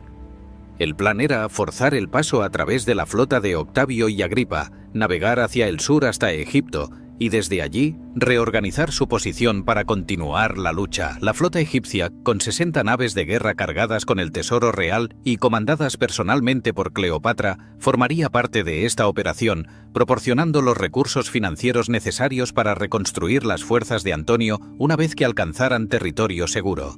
El 2 de septiembre del año 31 antes de nuestra era, las fuerzas navales de Antonio y Cleopatra zarparon del Golfo de Ambracia para enfrentar a la flota de Octavio en lo que se convertiría en la batalla de Accio, uno de los enfrentamientos navales más decisivos de toda la historia antigua. Las fuentes antiguas proporcionan descripciones variadas de la batalla, con diferencias significativas en detalles específicos, pero el resultado general y sus consecuencias permanecen claros en el registro histórico. La batalla se desarrolló de manera confusa y poco concluyente durante varias horas. Las naves de Antonio, aunque menos numerosas que al inicio de la campaña debido a las deserciones y la necesidad de quemar muchos barcos que no podían tripularse adecuadamente, eran más grandes y estaban mejor equipadas para el combate naval tradicional. La flota de Agripa, por el contrario, constaba de embarcaciones más ligeras y maniobrables que podían explotar su superioridad numérica mediante tácticas de hostigamiento y rodeo. Durante el combate inicial, ningún bando logró obtener una ventaja decisiva, con las naves más pesadas de Antonio resistiendo los ataques pero sin poder infligir daño devastador a los enemigos más ágiles. En un momento crítico de la batalla, cuando el combate aún no se había decidido en ninguna dirección, la escuadra de Cleopatra con sus 60 naves egipcias se separó repentinamente de la línea de batalla y navegó hacia el sur, aprovechando un cambio favorable del viento. Este movimiento ha sido objeto de interpretaciones contradictorias a lo largo de la historia. La versión propagandística de Octavio, que domina muchas de las fuentes antiguas, presenta esta acción como una huida cobarde de Cleopatra que abandonó a Pogou o a Antonio en medio de la batalla. Interpretaciones más recientes sugieren que pudo haber sido parte del plan original, asegurar el escape del tesoro egipcio para preservar los recursos necesarios para continuar la lucha desde Egipto. Lo que resulta indiscutible es que Antonio, al observar la partida de las naves de Cleopatra, abandonó su nave insignia y se trasladó a una embarcación más rápida para seguirla, dejando atrás a la mayor parte de su flota que continuaba combatiendo. Esta decisión, tomada quizás impulsivamente o quizás como parte del plan de ruptura, tuvo consecuencias catastróficas. Sin su comandante presente para coordinar las operaciones, la flota restante de Antonio se desintegró. Algunos capitanes continuaron luchando, otros intentaron escapar, y finalmente la mayoría fueron capturados o destruidos por las fuerzas de Octavio y Agripa. Antonio alcanzó la nave de Cleopatra y continuó la navegación hacia Egipto, pero el estado de ánimo en las embarcaciones que escapaban era sombrío. Habían perdido la mayor parte de su flota, habían abandonado a miles de soldados en Grecia, y Antonio personalmente había huido de una batalla mientras sus hombres continuaban combatiendo. Este hecho, independientemente de las circunstancias específicas que lo rodeaban, representaba una mancha profunda en su reputación militar y proporcionaba a Octavio exactamente la narrativa que necesitaba. Antonio había demostrado cobardía al huir de la batalla, influenciado por su dependencia de Cleopatra, confirmando así todas las acusaciones de que la reina egipcia lo había debilitado y corrompido. Las consecuencias de Accio fueron inmediatas y devastadoras. Las fuerzas terrestres de Antonio, abandonadas en Grecia sin su comandante y sin esperanza realista de victoria, se rindieron rápidamente a Octavio. Los reinos clientes orientales que habían apoyado a Antonio comenzaron a cambiar de bando, reconociendo que el equilibrio de poder se había inclinado definitivamente hacia Octavio. Durante los meses siguientes, a medida que Octavio consolidaba su control sobre Grecia y Asia Menor, enviados de diversos territorios llegaban a su campamento para ofrecer su sumisión y solicitar clemencia. Antonio y Cleopatra llegaron a Sagán, a Alejandría, en las semanas posteriores a Accio, enfrentando una situación estratégica que rayaba en la desesperación. Habían perdido la mayor parte de su ejército y flota, sus aliados los abandonaban, y Octavio, ahora indiscutiblemente la figura dominante en el mundo romano, inevitablemente marcharía sobre Egipto para completar su victoria. No obstante, durante los meses que siguieron, mientras Octavio se ocupaba de consolidar su control sobre las provincias orientales y preparaba la invasión final de Egipto, Antonio y Cleopatra intentaron organizar alguna forma de resistencia. Las fuentes antiguas describen cómo intentaron diversas estrategias desesperadas durante este periodo. Cleopatra supuestamente consideró la posibilidad de trasladar su tesoro y su flota restante a través del istmo de Suez hacia el Mar Rojo, desde donde podría escapar al Océano Índico y establecerse en territorios más allá del alcance romano. Sin embargo, este plan fue frustrado cuando los árabes nabateos, anticipando el favor de Octavio, quemaron las naves que Cleopatra intentaba transportar por tierra. Antonio envió mensajeros a Octavio ofreciendo retirarse completamente de la vida pública y vivir como ciudadano privado en Atenas, mientras que Cleopatra supuestamente ofreció abdicar en favor de sus hijos si Octavio garantizaba su seguridad. Octavio rechazó todas estas ofertas de negociación. Respondió a Antonio con silencio desdeñoso, pero envió mensajes privados a Cleopatra sugiriendo que podría considerar términos favorables si ella eliminaba a Antonio o lo entregaba. Estas comunicaciones, diseñadas para sembrar desconfianza entre los dos aliados, formaban parte de la estrategia psicológica de Octavio para desmoralizar completamente a sus enemigos antes de la confrontación final.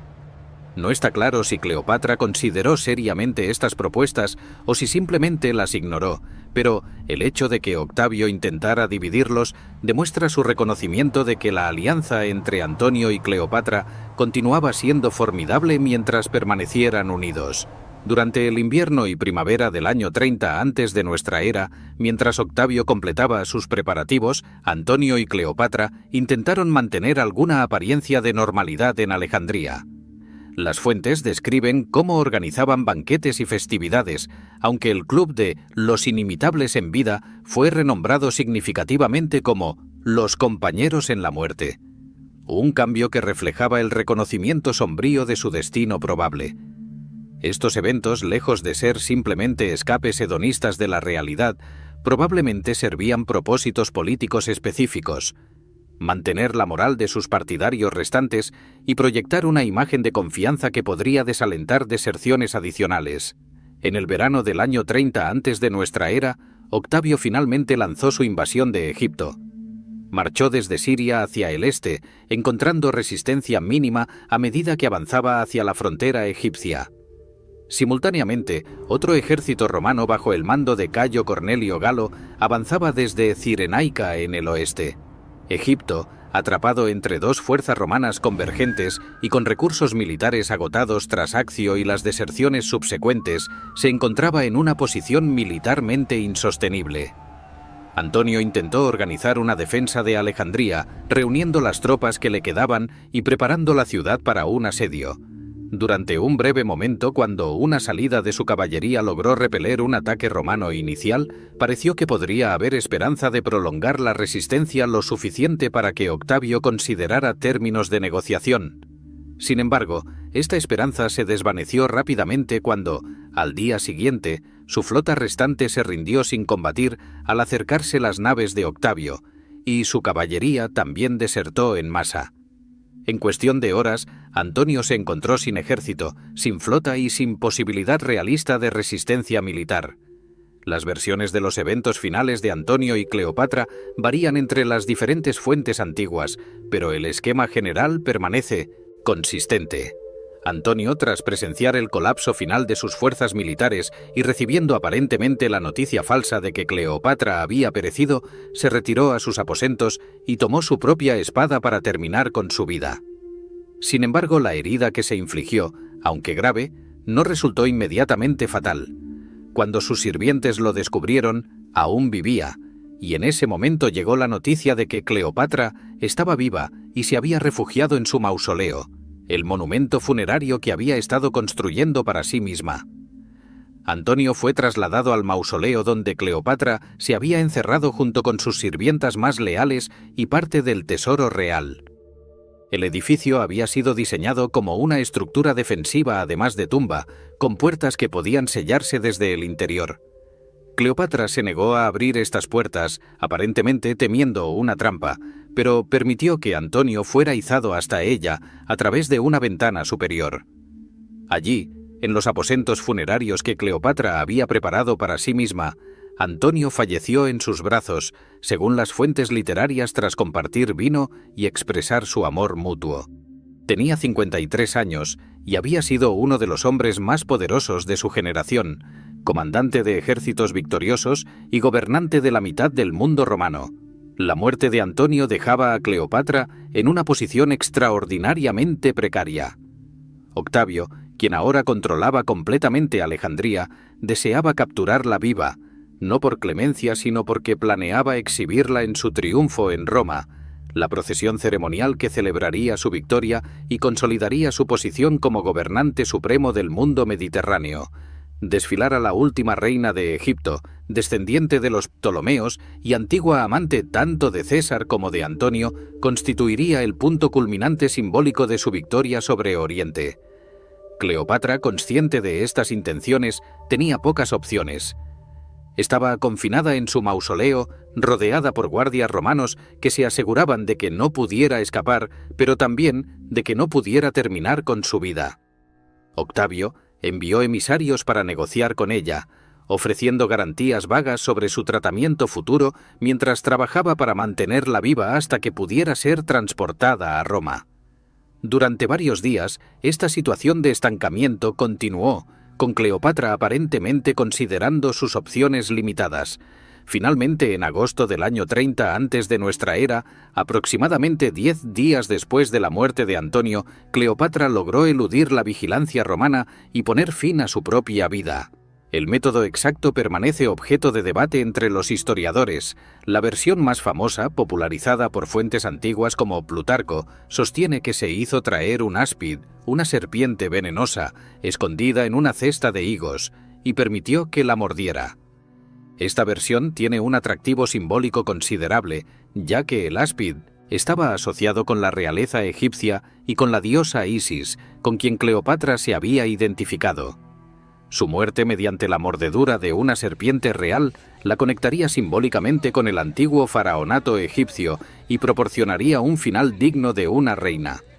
Sin embargo, algunos estudiosos modernos cuestionan esta narrativa tradicional, señalando dificultades prácticas con el escenario del áspid. Las mordeduras de serpiente no siempre resultan fatales de manera rápida o confiable, y habría sido arriesgado depender de tal método. Fuentes alternativas sugieren que pudo haber utilizado veneno, posiblemente oculto en un alfiler de pelo hueco o mezclado en vino, métodos que habrían garantizado un resultado más predecible. Independientemente del método específico, el hecho fundamental permanece. Cleopatra eligió terminar con su vida en lugar de sufrir la humillación de ser exhibida como trofeo de guerra en Roma. Cuando los guardias romanos descubrieron a Cleopatra, la encontraron muerta, recostada en su lecho dorado, vestida con sus ropajes reales completos, con su diadema real colocada apropiadamente. A su alrededor yacían dos de sus sirvientas más leales, Iras y Carmión, quienes también habían perecido, habiendo elegido acompañar a su reina en la muerte en lugar de sobrevivirla. Esta escena final, cuidadosamente orquestada por Cleopatra para mantener su dignidad real incluso en la muerte, negó a Octavio el triunfo completo que había buscado. Cleopatra tenía 39 años en el momento de su fallecimiento. Había gobernado Egipto durante 22 años, navegando a través de guerras civiles romanas, alianzas complejas y desafíos dinásticos con habilidad y determinación notables. Fue la última gobernante efectiva de la dinastía tolemaica, que había reinado sobre Egipto durante casi 3 siglos desde que Ptolomeo, general de Alejandro Magno, estableció su control sobre el país tras la muerte del conquistador. Octavio, aunque frustrado en su deseo de exhibir a Cleopatra viva, permitió que fuera enterrada junto a Marco Antonio con todos los honores reales apropiados. Este gesto de aparente magnanimidad servía a sus propios intereses. Presentaba a Octavio como un gobernante civilizado que respetaba las costumbres tradicionales incluso hacia sus enemigos vencidos, contrastando con la imagen de tirano cruel que podría haber surgido si hubiera profanado el cuerpo de la reina muerta. La ubicación exacta de la tumba compartida de Antonio y Cleopatra permanece desconocida, a pesar de búsquedas arqueológicas extensas, añadiendo un elemento de misterio a su historia que ha perdurado a través de los siglos. Los hijos de Cleopatra enfrentaron destinos variados que reflejaban los cálculos políticos de Octavio. Cesarión, el hijo que Cleopatra había tenido con Julio César y que ella había presentado como heredero legítimo tanto de Egipto como del poder cesariano, representaba una amenaza potencial, demasiado grande para ser tolerada. Octavio, cuya propia autoridad se basaba en ser el heredero adoptivo de César, no podía permitir que un supuesto hijo biológico sobreviviera para potencialmente desafiar su posición. Siguiendo el consejo de sus asesores, particularmente el filósofo Ario Dídimo, quien supuestamente comentó que 2 Césares son demasiados, Octavio ordenó la captura y eliminación de Cesarión, el joven, quien había sido enviado por su madre hacia el sur con la esperanza de que pudiera escapar a través del Mar Rojo. Fue traicionado por su tutor y ejecutado, probablemente mediante estrangulamiento, cuando apenas contaba 17 años. Los otros hijos de Cleopatra, aquellos que había tenido con Marco Antonio, recibieron un trato más clemente. Alejandro Helios, Cleopatra Selene y Ptolomeo Filadelfo fueron llevados a Roma y entregados a Octavia, la ex esposa de Antonio y hermana de Octavio, quien los crió junto con sus propios hijos. Este arreglo servía múltiples propósitos políticos, demostraba la clemencia de Octavio hacia niños inocentes, permitía mantenerlos bajo vigilancia romana y proporcionaba a Octavia una oportunidad de demostrar su virtud materna romana al criar a los hijos de su difunto esposo con otra mujer. Cleopatra Selene eventualmente fue casada con Juba II de Mauritania, convirtiéndose en reina de aquel reino cliente romano, mientras que el destino de sus hermanos permanece menos claro en las fuentes históricas, con la eliminación de Cleopatra y Cesarión y la reducción de los otros hijos ptolemaicos a meros peones en la política romana. La institución del faraonato egipcio independiente llegó a su fin definitivo. Octavio anexó formalmente Egipto, no como provincia senatorial ordinaria, sino como posesión personal suya, prohibiendo incluso a los senadores romanos visitar el país sin su permiso explícito. Esta decisión reflejaba el reconocimiento de que Egipto, con sus enormes recursos agrícolas y su posición estratégica, era demasiado valioso para dejarlo bajo el control del Senado, donde rivales potenciales podrían utilizarlo como base de poder contra él. La conquista de Egipto completó el proceso mediante el cual Octavio eliminó a todos sus rivales significativos y estableció su control indiscutido sobre el mundo mediterráneo. En los años siguientes, transformaría la República Romana, que había estado desgarrándose en guerras civiles durante décadas, en el Principado, el sistema político donde él gobernaría como Augusto, el primer emperador romano.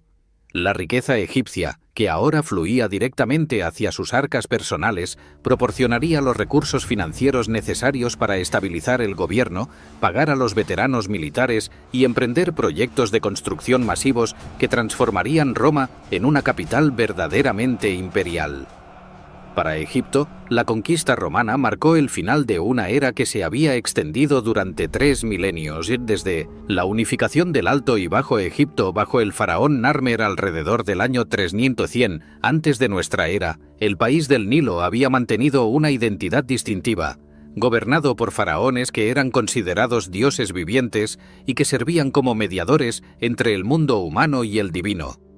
Los Ptolomeos, a pesar de ser extranjeros griegos, habían mantenido esta tradición, presentándose como faraones legítimos y participando en los rituales tradicionales egipcios. Con la incorporación romana, esta continuidad se rompió definitivamente. Aunque los emperadores romanos adoptarían algunos títulos y símbolos faraónicos, particularmente en representaciones destinadas a audiencias egipcias, gobernarían desde Roma o más tarde desde Constantinopla, y Egipto se convertiría en simplemente otra provincia, aunque excepcionalmente valiosa, del vasto imperio romano. La figura de Cleopatra, sin embargo, sobreviviría a través de los siglos de maneras que habrían sorprendido a Octavio, cuya propaganda había intentado reducirla a una caricatura de seductora oriental malvada. Ya en la propia antigüedad, escritores como Plutarco presentaban una imagen más matizada, reconociendo su inteligencia y habilidades políticas, además de su belleza legendaria. Poetas romanos como Horacio y Virgilio, aunque escribían bajo el patrocinio de Augusto y por lo tanto incorporaban elementos de su propaganda, no podían evitar cierta fascinación con ella como figura trágica y romántica. A lo largo de la historia posterior, Cleopatra se convertiría en una de las figuras más representadas y reinterpretadas de toda la antigüedad. Dramaturgos como William Shakespeare la transformarían en heroína trágica cuyo amor por Antonio la llevaba a la ruina, pero también la elevaba a la grandeza trágica. Artistas de múltiples épocas la pintarían en escenas dramáticas, desde su encuentro con César hasta su muerte por la mordedura del áspid. En el siglo XX, Hollywood la inmortalizaría en múltiples películas, con actrices legendarias encarnando diferentes aspectos de su personalidad compleja. Esta fascinación perdurable con Cleopatra refleja múltiples factores. Como mujer que ejerció poder político efectivo en un mundo dominado por hombres, desafió las expectativas de género de su época y de épocas posteriores. Como gobernante que intentó preservar la independencia de su reino contra la potencia más formidable de su tiempo, representa tanto la ambición como la tragedia del desafío heroico condenado al fracaso. Como amante de dos de los hombres más poderosos de Roma, encarna narrativas románticas que trascienden el mero cálculo político. Como última representante de una dinastía antigua, simboliza el final de una era y la transición entre el mundo helenístico y el romano imperial. Los historiadores modernos han intentado penetrar las capas de mito y propaganda que rodean a Cleopatra para comprender a la persona real y la política real que practicó. Este proceso ha revelado una figura considerablemente más compleja e impresionante que la seductora unidimensional de la propaganda romana o la heroína romántica de la literatura posterior. Las evidencias sugieren una mujer de educación excepcional, dominio lingüístico extraordinario y habilidad política considerable que gobernó Egipto de manera efectiva durante más de 2 décadas en circunstancias extraordinariamente difíciles. Cleopatra comprendió mejor que muchos de sus contemporáneos las realidades del poder en su época. Roma era la fuerza dominante del Mediterráneo, y cualquier gobernante que deseara preservar su independencia debía encontrar formas de trabajar con, en lugar de contra, aquella realidad fundamental. Sus alianzas con César y Antonio no eran simplemente relaciones románticas, sino asociaciones políticas sofisticadas diseñadas para asegurar la supervivencia y prosperidad de Egipto en un mundo cada vez más dominado por Roma. Que finalmente fracasara en este esfuerzo, dice, menos sobre sus habilidades que sobre las fuerzas históricas masivas que estaban en juego. La transformación de la República Romana en imperio y la consolidación del Mediterráneo bajo un solo poder. En el contexto egipcio específico, Cleopatra representa una figura única en la historia ptolemaica. Fue la primera y única gobernante de su dinastía en aprender egipcio y presentarse genuinamente como heredera tanto de la tradición helenística como de la faraónica. Mientras que sus predecesores habían gobernado como extranjeros griegos que simplemente adoptaban los símbolos externos del faraonato cuando resultaba conveniente, Cleopatra parece haber comprendido e internalizado ambas tradiciones, creando una síntesis que podría haber proporcionado la base para una nueva forma de gobierno egipcio si las circunstancias históricas hubieran sido diferentes. Su legado para Egipto mismo, sin embargo, fue paradójicamente la pérdida final de independencia que había luchado por preservar. La incorporación romana transformó profundamente el país durante los siglos siguientes. La antigua religión egipcia, aunque tolerada inicialmente por los romanos, gradualmente declinó, especialmente después de que el cristianismo se convirtiera en la religión oficial del imperio. Los jeroglíficos, la escritura sagrada que había registrado la historia egipcia durante milenios, dejaron de ser comprendidos y permanecerían indescifrados hasta el siglo XIX. La identidad egipcia distintiva, que había sobrevivido conquistas persas, griegas y múltiples invasiones a lo largo de 3000 años, se transformó gradualmente en algo nuevo bajo la influencia primero romana, luego bizantina y, finalmente, árabe islámica. En un sentido más amplio, Cleopatra representa el fin del mundo helenístico, aquella civilización híbrida greco-oriental que había florecido durante los 3 siglos que siguieron a las conquistas de Alejandro Magno.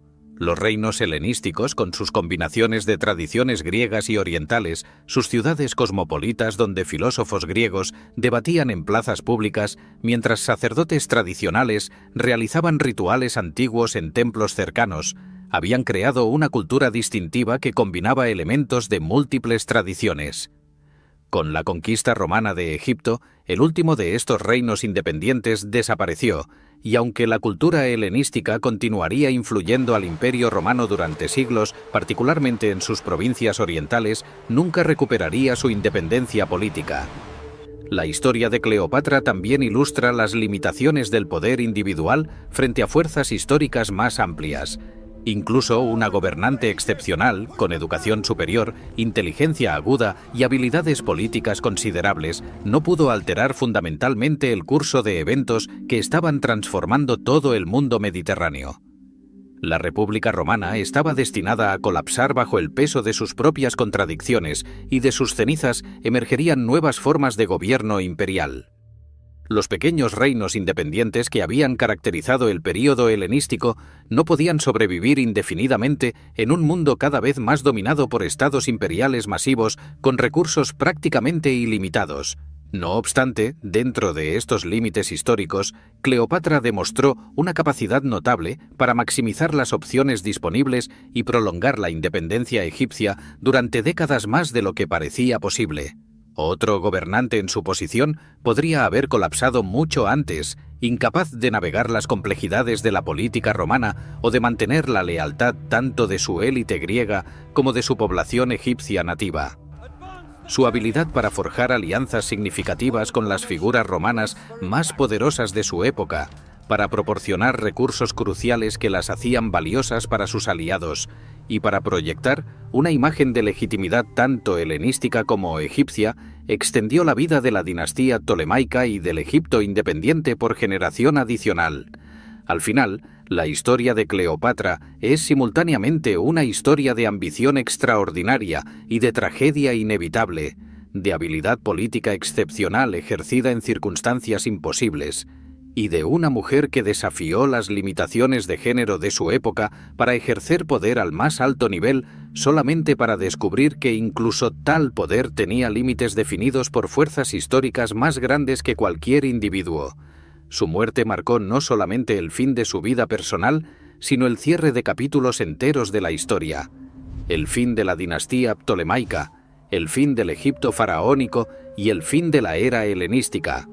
El mundo que emergió después de su muerte sería fundamentalmente diferente, dominado por el Imperio Romano que gradualmente uniría todo el Mediterráneo bajo un solo gobierno por primera vez en la historia.